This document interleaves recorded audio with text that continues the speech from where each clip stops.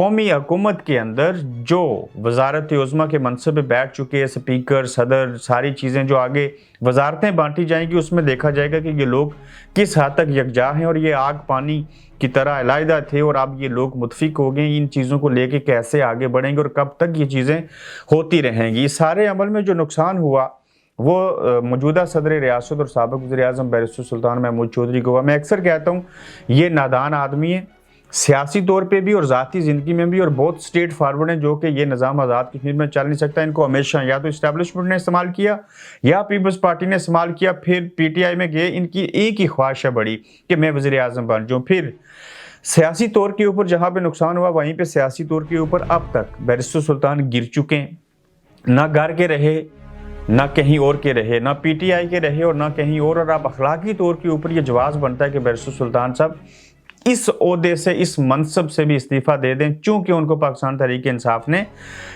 صدر آزاد کشمیر منتخب کیا تھا، لیکن وہ ان کا اپنا فیصلہ ہے۔ آج تقریب میں حلف لینے کے لیے جب وہاں پہ گئے تو انوار الحق صاحب اور وہ ایک دوسرے کے سیاسی مخالف بھی ہیں، لیکن بڑا پن اور ظاہر ہے ان کے فرائض منصبی میں شامل ہے کہ وہ بطور صدر ریاست انوار الحق صاحب سے حلف لیں اور وہاں پہ گر کے، اور یقین جانیے کہ شدید دکھ اور تکلیف ہوئی وہ ویڈیو دیکھنے کے بعد جب وہ گرے، تو شکر ہے ان کو کوئی بڑی چوٹ نہیں آئی، کوئی ایسی چیز نہیں ہوئی، اور یہ ان کا جہاں پہ فزیکلی گرنا تھا وہیں پہ وہ سیاسی طور کے اوپر بھی گر گئے۔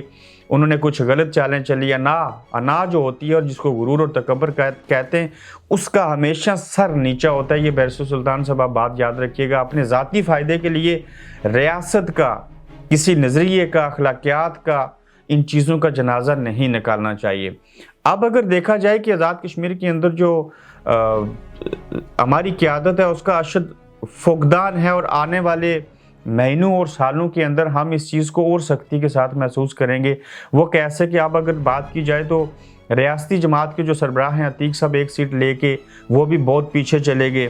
فاروق حیدر صاحب ایکٹیو ہیں، بات کرتے ہیں کشمیر کاز کے لیے، باقی چیزیں بھی، یعنی کہ وہ سیاست بھی کر رہے ہیں اور اچھے سے آگے چل رہے ہیں۔ بیرسٹر سلطان صاحب دیکھیے، جس شخص کو کشمیر کا سلطان یعنی کہ وہ لقب دیے جاتے تھے، آج اس شخص کو لوٹا کہا جا رہا ہے۔ یہ قیادت مر نہیں گئی تو اور کیا ہوا؟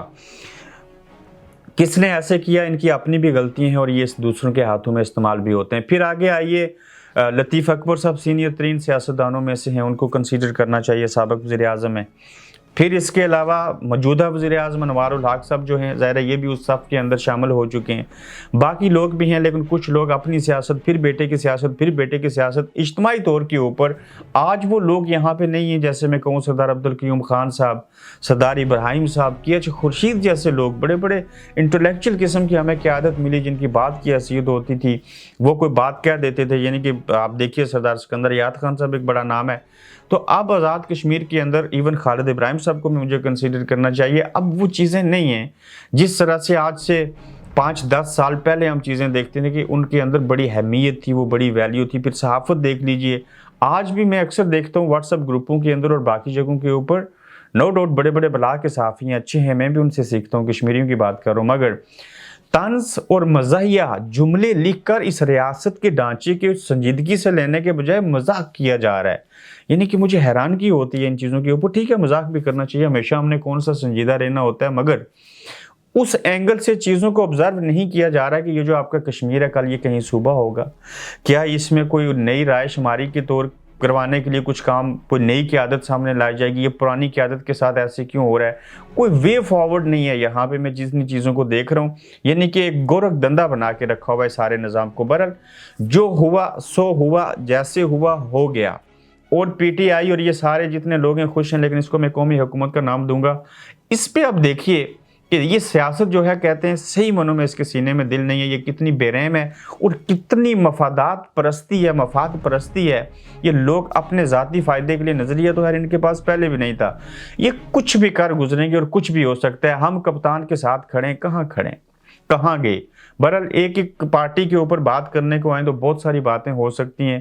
آپ خوش ہیں اسی کے اوپر کہ ہم سب اس حکومت کا یہ جو اچار بنا ہے اس کا حصہ ہیں، تو اسی کے اوپر ہی خوش رہیے، کیونکہ ہم لوگ یا تو برادریوں کے اندر پھنسے یا پھر ہم پارٹیوں کے اندر تقسیم ہے اور پھر سوشل میڈیا کے اوپر ایک الگ سے تقسیم ہے۔